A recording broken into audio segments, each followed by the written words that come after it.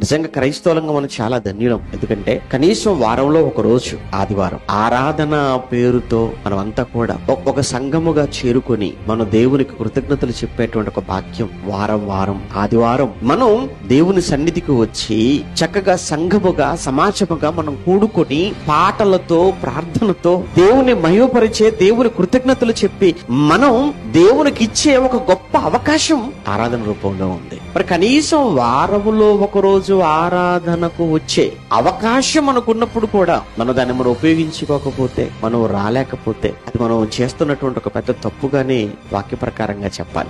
కారణం ఏంటో చెప్పమంటారా? అసలు దేవుడు నీకు జ్ఞాపకం లేడా? దేవుడు నీకు ఏ మేలు చేయలేదా? ఆ దేవుని కార్యక్రమం ఉన్నప్పుడు, ఆ దేవుణ్ణి ఆరాధించే అవకాశం ఉంది అన్నప్పుడు అన్ని ప్రక్కన పెట్టుకుని పరుగున వచ్చి ఆరాధనలో భాగమవ్వాల్సిన క్రైస్తవులు ఈ రోజు ఆరాధన కూడా ప్రక్కన పెట్టి ఎక్కడో లోక సంబంధమైనటువంటి పనుల్లో మునిగిపోతున్నారు అని అంటే ఎంత నిర్లక్ష్యం కదండి. ఆరాధనను నిర్లక్ష్యం చేయటం అంటే చాలా తప్పండి అది.